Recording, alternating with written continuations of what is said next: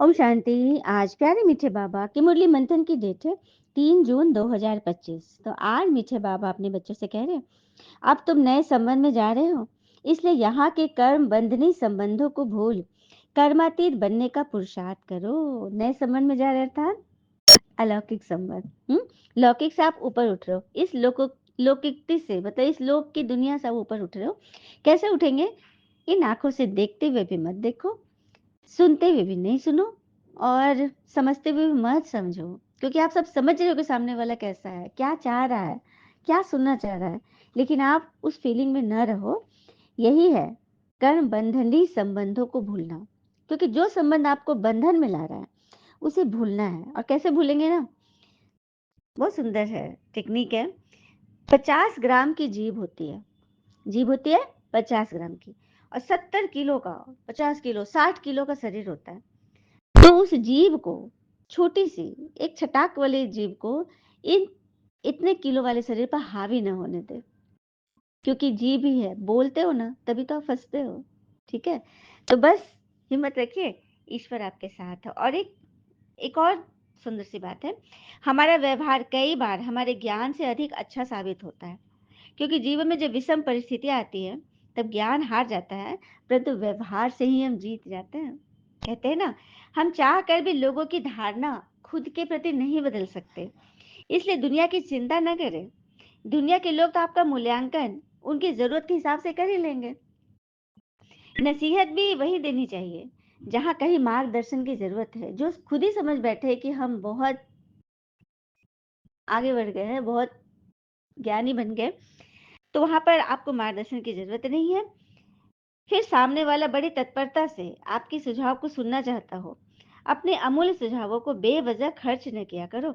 लोगों को परवाह नहीं है कि आप खुश हैं या उदास हैं, उन्हें तो परवाह है कि आप उन्हें कितना खुश रख सकते हो। उन्हें बस चाहना है, इच्छा है अपने लिए, आप कितना खुश रख सकते हो, आप कितना खुश हो, इससे उन्हें कोई परवाह नहीं होती। इसलिए कुछ भी करिए अपनी खुशी के लिए।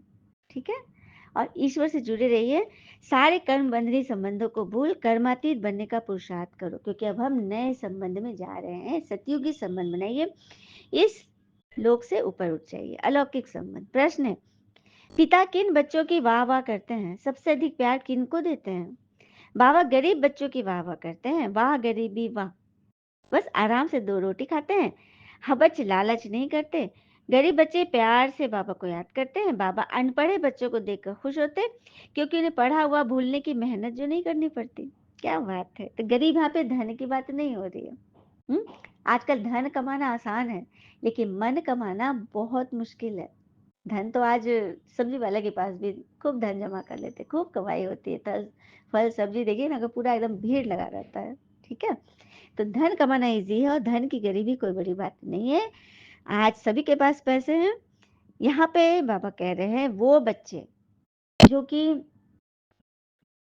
साधारण बच्चे हैं, सीधे बच्चे हैं, भोले बच्चे हैं, और कुछ भी वे जान रहे हैं ना, कुछ भी लौकिक चीज वो जान रहे हैं, तो उसे भूलना चाह रहे हैं, क्योंकि बाबा को अनपढ़ बच्चे ज्यादा प्यारे लगते हैं, क्योंकि उन्हें पढ़ाने में भगवान को कोई मेहनत नहीं करनी पड़ती। जो भी बाबा बताते हैं धारणाओं में, जिस तरह से बाबा मुरली में बताते हैं, वो उसको अक्षरशः स्वीकार करते हैं और बहुत खुश रहते हैं और अपने विकर्म विनाश करते जाते हैं, क्योंकि उनके हर कदम में पदम होता है। आप ईश्वर की याद में एक कदम भी चल रहे हो ना, आप ईश्वर की याद में सेवा कर रहे हो, आपका गला रुंध रहा है, आपको प्यास लग रही है, गले में खराश आ रही है, तो भगवान एक एक चीज का हिसाब रखेंगे, एक एक चीज से आपको भरपूर करेंगे, क्योंकि ये कदम आपने ईश्वर के लिए उठाया।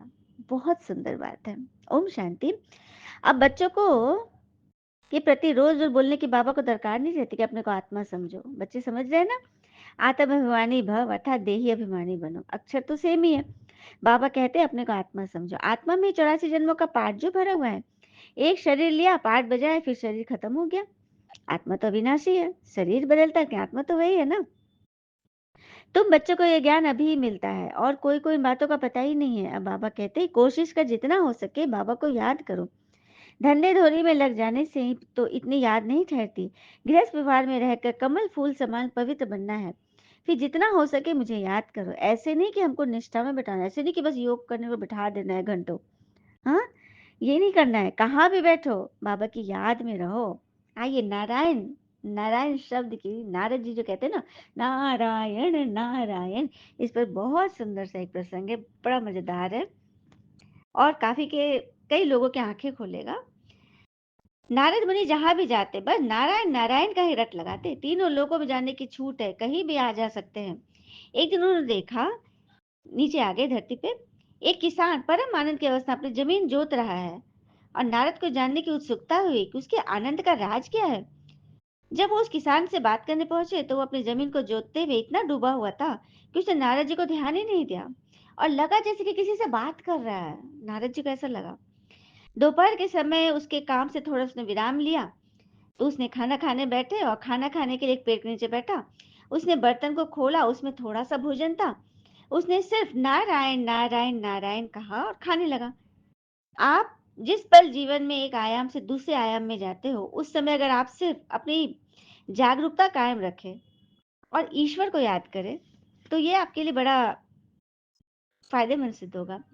किसान अपना खाना उनके साथ बांटना चाहता था। नारद जी को देखा तो किसान अपना खाना देना चाहता, पर जाति व्यवस्था का नारद जी उनके हाथ से नहीं खाए। नारद जी ने पूछा, तुम्हारे इस आनंद की वजह क्या है? किसान बोला, मैं हर दिन नारायण को याद करता हूँ और नारायण मेरे असली रूप में मेरे सामने आ जाते हैं। मेरे आनंद का बस यही कारण है। नारद ने से पूछा, तुम कौन सी साधना करते हो? किसान बोला, मुझे कुछ नहीं आता। मैं एक अज्ञानी अनपढ़ आदमी हूँ। बस सुबह उठने के बाद मैं 3 बार नारायण नारायण नारायण बोलता हूँ। अपना काम शुरू करने के समय 3 बार फिर वही नारायण बोलता हूँ। अपना काम खत्म करने के बाद भी 3 बार नारायण बोलता हूँ। जब रात में खाता हूँ तो नारायण बोलता हूँ, फिर सोने जाता हूँ तो नारायण बोलकर सो जाता हूँ। नारद ने गिना कि वह खुद 24 घंटे में कितनी बार नारायण नारायण बोलते हैं। लाखों बार ही ऐसा किया उन्होंने, मगर फिर भी उन्हें नारायण से मिलने के लिए बैकुंठपुरी जाना पड़ता है, जो कि बहुत ही दूर है। मगर खाने, हल चलाने या बाकी कामों से पहले 3 बार नारायण बोलने से किसान के सामने नारायण यही प्रकट हो जाते हैं। यह तो बड़ा गड़बड़ बात है। मैं बैकुंठपुरी जाकर नारायण जी से बात करूंगा। उन्हें ठीक नहीं लगा। ये तो बहुत त्रुटि है इसमें, ये तो वो क्या कर रहे हैं, पक्षपात कर रहे हैं। तुरंत पहुंच गए बैकुंठपुरी और उन्होंने भगवान से प्रश्न पूछा। कई लोगों की आदत होती है ईश्वर से प्रश्न पूछने में ना, मतलब कि थोड़ा भी नहीं सोचेंगे। पहुंच गए वहां। मैं हर समय आपका नाम जपता रहता हूँ, मगर आप मेरे सामने प्रकट नहीं होते हैं। मुझे आकर आपके दर्शन करने पड़ते हैं, मगर उस किसान के सामने आप रोज प्रकट होते हैं और वो परम आनंद में जीवन बिता रहा है। विष्णु जी ने नारद की ओर देखा और लक्ष्मी जी को तेल से लबालब भरा हुआ एक बर्तन लाने को कहा। उन्होंने नारद से कहा, पहले आपको मेरा एक काम करना पड़ेगा। तेल से भरे इस बर्तन को भूलोक ले जाइए, मगर इसमें से एक भी बूंद तेल छलकनी नहीं चाहिए। चारों पूरे पृथ्वी लोक का चक्कर लगाइए और फिर वहीं पर छोड़ आइए। फिर मैं आपको इस प्रश्न का जवाब दूंगा। नारद तेल से भरा बर्तन लेकर भूलोक चले गए। उसे वहां चारों दिशाओं में मतलब चक्कर लगाया और फिर वापस आए। तो बोले, अब मेरे प्रश्न का जवाब दीजिए। तो श्री विष्णु ने कहा, जब आप तेल से भरा ये बर्तन लेकर जा रहे थे तो आपने कितनी बार नारायण नारायण बोला? नारद जी बोले, अरे क्या बात करते हैं, उस समय मैं नारायण कैसे बोल सकता था? मेरा पूरा ध्यान तो तेल की बूंद पर था ना, मैं इसी पर पूरा ध्यान दिए हुए था। मगर वापस आते समय मैंने बहुत बार नारायण नारायण कहा। जब लौट रहे थे तेल का बर्तन छोड़ के, तो विष्णु जी बोले, यही आपके प्रश्न का उत्तर है। उस किसान का जीवन तेल से भरा बर्तन धोने जैसा है, जो किसी भी क्षण छलक सकता है। उसे अपनी जीविका चलाने के लिए कितनी मेहनत करता है, उसे वो सारी चीजें करनी पड़ती है, मगर उसके बावजूद वो नारायण बोलना नहीं भूलता है। जब आप इस बर्तन में तेल लेकर जा रहे थे तो आपने एक बार भी नारायण नहीं कहा। यानी यह आसान तब होता है आपके लिए जब आपके पास करने को कुछ नहीं होता है, तब आप ईश्वर को याद करते हो। तो जो मनुष्य अपनी अत्यधिक व्यस्तता के बावजूद भी प्रभु की आराधना के लिए समय देता है, विपत्ति के अलावा अच्छे समय में ईश्वर को नहीं भूलता, वह व्यक्ति ही ईश्वर का सानिध्य पाने का अधिकारी बनता है। विपत्ति अर्थात मन की बात। मन फंसा है, उस वक्त ईश्वर की याद कीजिए, उस वक्त और ही योग कीजिए और परमात्मा से इस सवाल का जवाब लीजिए। आपको, अगर आपका योग अच्छी रीति लग गया तो आपको पूरा जवाब मिलेगा। सच क्या है वो बिल्कुल समझ में आएगा, और नहीं आ रहा है इसका मतलब परमात्मा का जवाब नहीं मिला, माया जवाब दे रही है। अगर उल्टे बोल हो रहे हैं तो वो माया जवाब दे रही है, यह पहचानना है।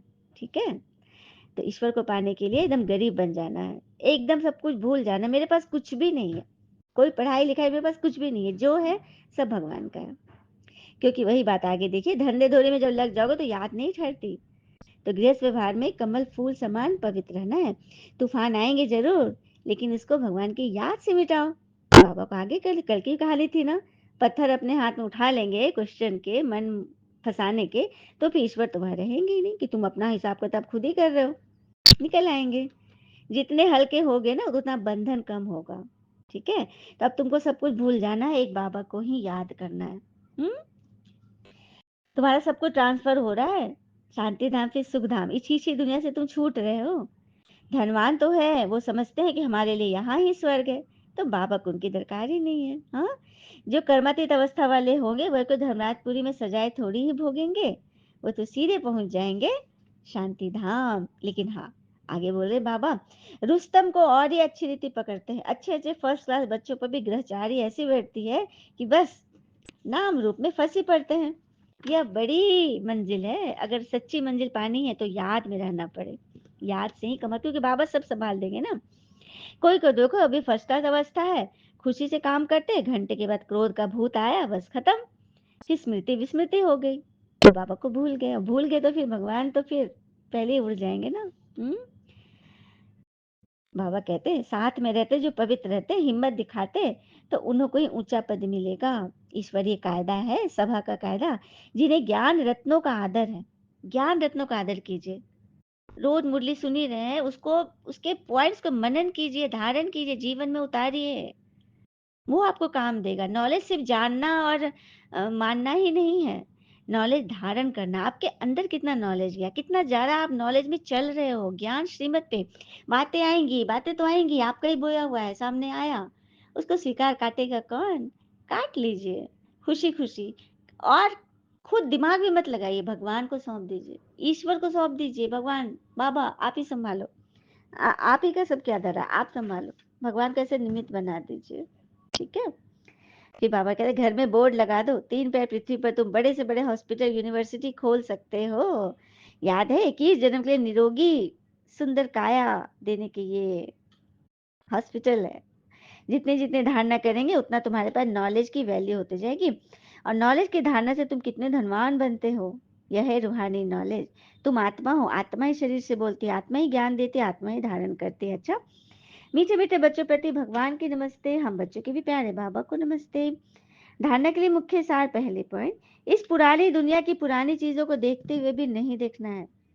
बातें आएंगी, व्यर्थ बातें आएंगी, बहुत बड़ा हंगामा फैल जाएगा, लेकिन उन बातों से आप लोग उपराम रहो, क्योंकि जितने कलंक लगेंगे ना, उतने ही आपके ताज में हीरे जड़ेंगे। कोहिनूर हीरा पाना है ना, तो सबसे भारी वाला कर, बहुत नजदीकी आत्मा से कलंक लगेगा, तो उसको स्वीकार करते जाओ, खुश रहो, सर्विस करते जाओ, आत्मा को बचा के रखो, और एकदम मस्त रहो। तो चीजों को देखते हुए नहीं देखना है, नर से नारायण बनने के लिए कहनी कथनी सब समान बनानी है। दूसरा पॉइंट है अविनाशी ज्ञान रत्नों का कदर करना, ये बहुत बड़ी कमाई है, इसमें उबासी या झुटका आदि नहीं आना चाहिए। नाम रूप के गहचारे से बचने के लिए याद में रहने का पुरुषार्थ करना है, वरदान है। पिता की छत्र छाया के नीचे नाजुक परिस्थितियों में भी कमल पुष्प समान न्यारे और प्यारे भवा। भगवान की जब छत्र छाया है तो कैसी भी परिस्थिति आए, नाजुक आए, कठोर आए, कठिन आए, लेकिन घबराना नहीं है, क्योंकि ईश्वर अगर साथ है तो फिर डरने की क्या बात है ना? परिस्थितियां परिवर्तित हो जाएगी हमारी स्वस्थिति से। और बाबा को मेहनत अच्छी नहीं लगती, सब कुछ बाबा को सौंप दो, मोहब्बत में रहो, तो फिर सारे काम इजी हो जाएंगे। स्लोगन, बातों का पर्दा बीच में आने न दो, तो बाबा के साथ का अनुभव होता रहेगा। बातों का पर्दा, ये बातों का धूल ही तो हमारी दृष्टि, हमारे संबंध, हमारी वृत्ति सबको खत्म करता है। उसको बीच में आने ही मत दो। व्यर्थ बातों तब जाओ ही नहीं, सोचो ही नहीं, अच्छी अच्छी चीजें करो। और मम्मा मास चल रहा है, मम्मा को बराबर योग में साथ रखो, और अपने चार्ट पर ध्यान दो, तो भगवान के साथ का अनुभव होता रहेगा। आत्मिक स्थिति का अभ्यास करना है, अंतर्मुखी बनना है। किसी भी विघन से मुक्त होने के लिए सेकंड में स्वयं का स्वरूप अर्थात आत्मिक ज्योति जगा के रखो। डबल लाइट स्वरूप में स्थित हो गए ना, तो कोई भी व्यर्थ के जंगली पशु जो विचारों के आते हैं, संकल्प जो आते हैं पशु समान जंगली, वो नहीं आएंगे, यदि योग की अग्नि जलती रहेगी और आगे बढ़ने में कोई रुकावट नहीं होगा। और कहते हैं ना, इंसान खुद की नज़र में सही होना चाहिए। दुनिया तो भगवान से भी दुखी है। खुद की नज़र सही अर्थात श्रीमत की नज़र में सही हो जाए। श्रीमत प्रमाण चलिए, फिर देखिए, कोई आपको मिटा नहीं सकता। आपकी हस्ती को जब दुनिया बनाने वाले ने सँभाल के रखा है, तो फिर डर किस बात का और गम किस बात का। अच्छा, ओम शांति। शुक्रिया बाबा के प्यारे-प्यारे बच्चे। आप सबका जीवन सदैव सुख, शांति, समृद्धि, सफलता, संतुष्टता सदा भरपूर रहे और भरपूर करे। ओम शांति।